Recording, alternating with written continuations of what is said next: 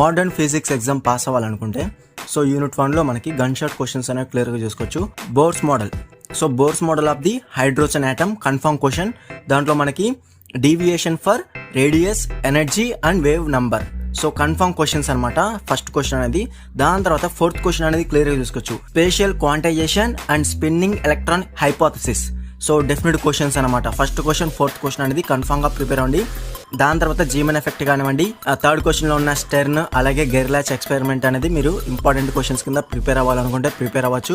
Main గా మనకి gun shot questions లో ఫస్ట్ క్వశ్చన్, ఫోర్త్ క్వశ్చన్ అనేది డెఫినెట్ క్వశ్చన్స్ అనమాట. ఈ టూ నుంచి ఒక క్వశ్చన్ అయితే మీరు క్వశ్చన్ పేపర్ అయితే చూస్తారు. Unit 1 introduction to atomic structure and spectroscopy unit name అనమాట. నెక్స్ట్ వచ్చేసి షార్ట్ ఆన్సర్ క్వశ్చన్స్ అనేవి క్లియర్గా చూసుకోవచ్చు. సెలక్షన్ రూల్ అలాగే intensity rules, so definite question ఈ టూ నుంచి ఒక క్వశ్చన్ అయితే ఇస్తారు. అలాగే మనకి ప్రాబ్లమ్స్ కూడా ఉన్నాయన్నమాట. యూనిట్ 1లోనే ప్రాబ్లమ్స్ కనుక మీరు ప్రిపేర్ అవ్వాలనుకుంటే ప్రిపేర్ అవ్వచ్చు, పీడిఎఫ్లు అయితే ఉంటాయి. అలాగే నెక్స్ట్ వచ్చేసి unit 2 molecular structure and spectroscopy. ఇందులో మనకి Raman effect, classical theory of Raman effect, quantum theory of Raman effect, ఈ టూ నుంచి ఒక క్వశ్చన్ అయితే ఇస్తారు.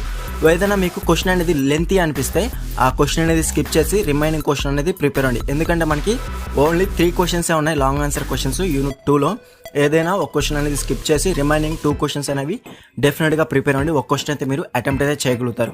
ఈ 3 క్వశ్చన్స్ అనేవి ప్రిపేర్ అయితే డైరెక్ట్గా 2 లాంగ్ ఆన్సర్ క్వశ్చన్స్ ఇస్తారు. అయినా కానీ మీరు ఏదైనా ఒక క్వశ్చన్ ఆన్సర్ చేయాలి కాబట్టి 2 క్వశ్చన్స్ అనేవి ప్రిపేర్ అయితే సరిపోతుంది. మెయిన్గా మనకి ఇంపార్టెంట్ గన్ షాట్ క్వశ్చన్స్లో classical theory of Raman effect, quantum theory of Raman effect అనేది కన్ఫర్మ్ క్వశ్చన్స్ అనమాట.